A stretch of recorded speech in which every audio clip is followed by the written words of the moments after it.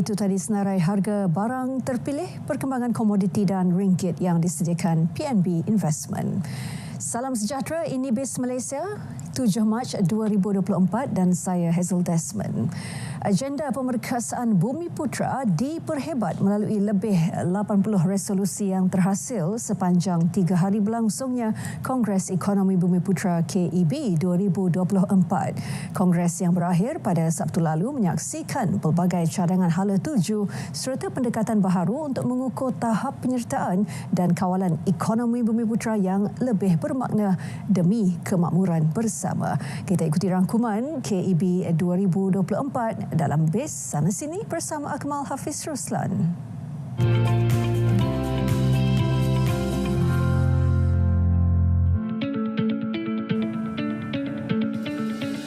Kongres Ekonomi Bumi Putra 2024 yang dijalankan bermula pada 29 Februari sehingga 2 Mac 2024 di Pusat Konvensyen Antarabangsa Putrajaya PICC ini, yang mana kalau kita lihat sebenarnya ini untuk memangkinkan dan juga membangunkan ekonomi Bumi Putra. Untuk program anjuran Kementerian Ekonomi dengan kerjasama Kementerian Kemajuan Desa dan Wilayah menerusi MARA, yang mana kita lihat kepada berjuang untuk merapatkan jurang kemiskinan, pendapatan, pekerjaan dan pengangguran. Jadi saya akan bawakan kepada anda kemeriahan dan juga apa yang berlaku di Kongres Ekonomi Bumi Putra 2024 ini. Jom ikut saya. Alhamdulillah kita ada KEB ni dari sektor pendidikan lah. Kami berharap bermaksudnya kesepadanan itu adalah isu. Maknanya matching tu kan, matching of graduates dengan sektor industri. Jadi maknanya kesepadanan tu dapat dikurangkan lah, jurang itu dapat dikurangkan. Jadi kita berharap KEB ni dapat membantu pemain industri dan juga pelajar daripada universiti lah untuk mendapatkan pendapatan yang sewajarnya, untuk mendapatkan pendapatan sewajarnya dan juga mungkin lebih tinggi lah. Itu yang kita harapkan daripada KEB ni. Saya rasa untuk selama 3 hari ini memang sangat meriah.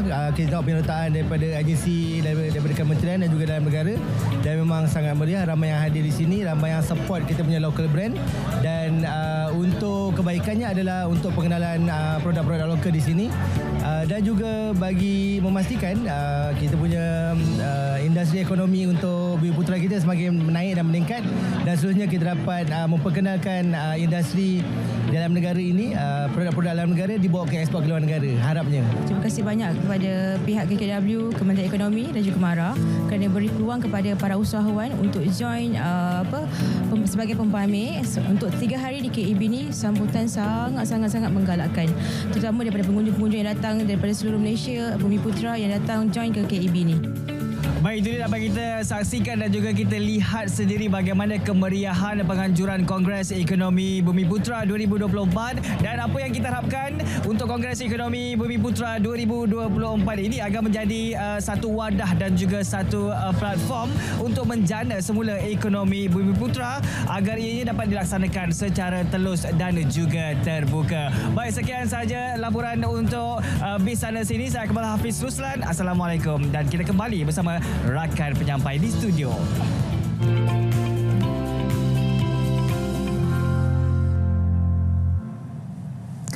Bank Negara Malaysia BNM baru sahaja mengumumkan kadar dasar semalaman OPR kekal pada 3.00%. Keputusan itu dibuat pasca mesyuarat Jawatankuasa Dasar Monetary MPC BNM untuk kali kedua tahun ini. Untuk reaksi awal kepada pengekalan kadar OPR ini bersama Ketua Penganalisis Ekonomi Bank Muamalat Malaysia Dr. Muhammad Afzaniza Madur Rashid dalam Respons BIS.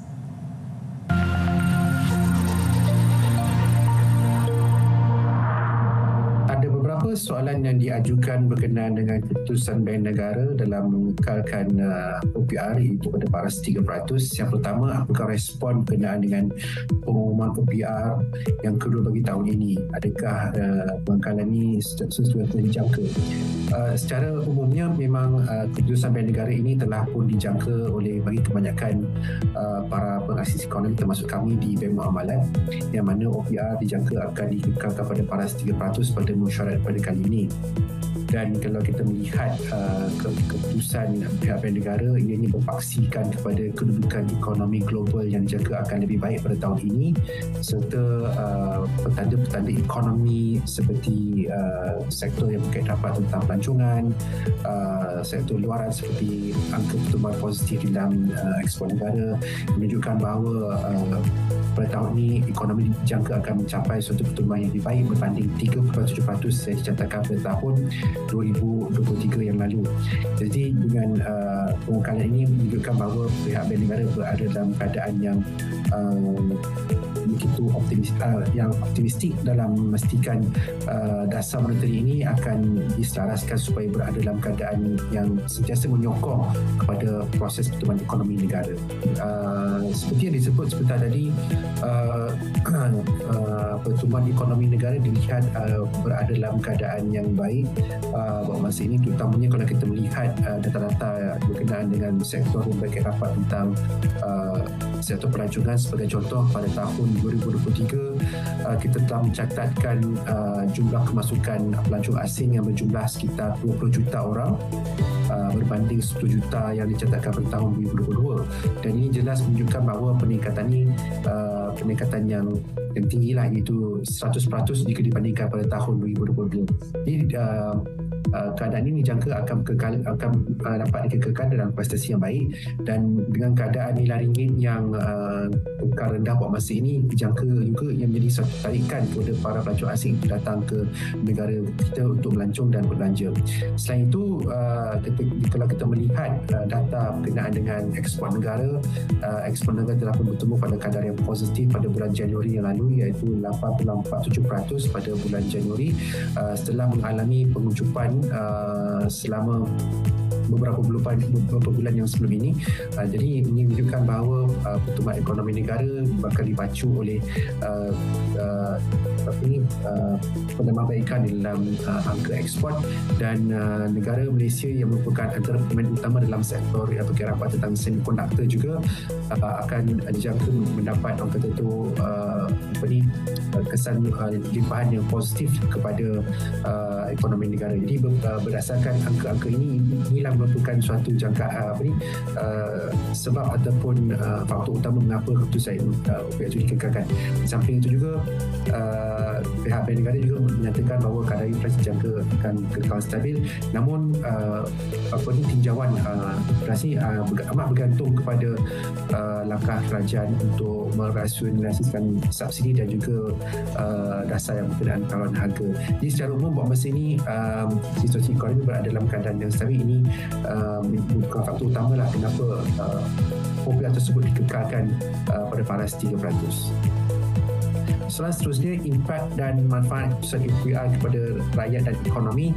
Sudah pasti apabila OPR ini dikekalkan, dari segi bayaran bulanan ataupun komitmen hutang secara peringkat bulanan akan dikekalkan, dan bagi mereka yang mahu memikirkan untuk membeli rumah ataupun mula memikirkan untuk membeli kereta dan sebagainya,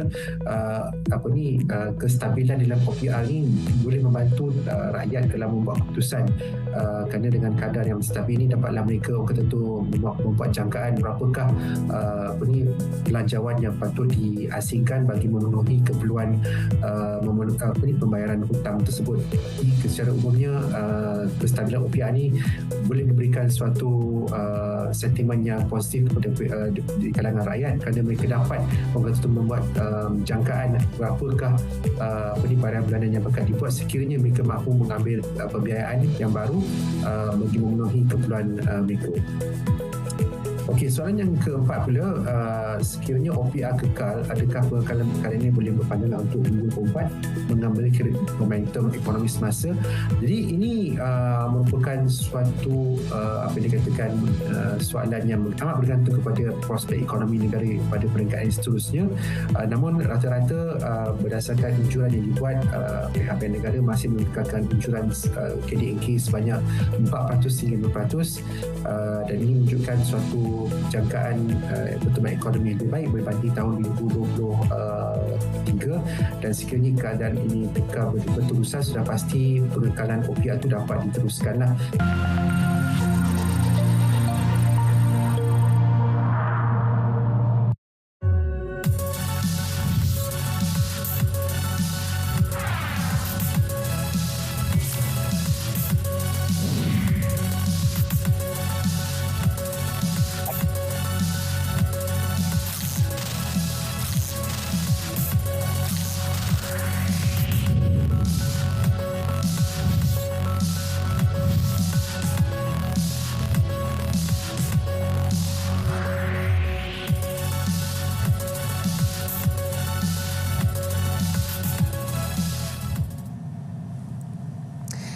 Dalam pernyataan dasar monetary yang dikeluarkan oleh Bank Negara Malaysia, Bank Pusat memaklumkan pada tahap OPR semasa, pendirian dasar monetary terus menyokong ekonomi dan konsisten dengan penilaian semasa berhubung dengan prospek inflasi dan pertumbuhan.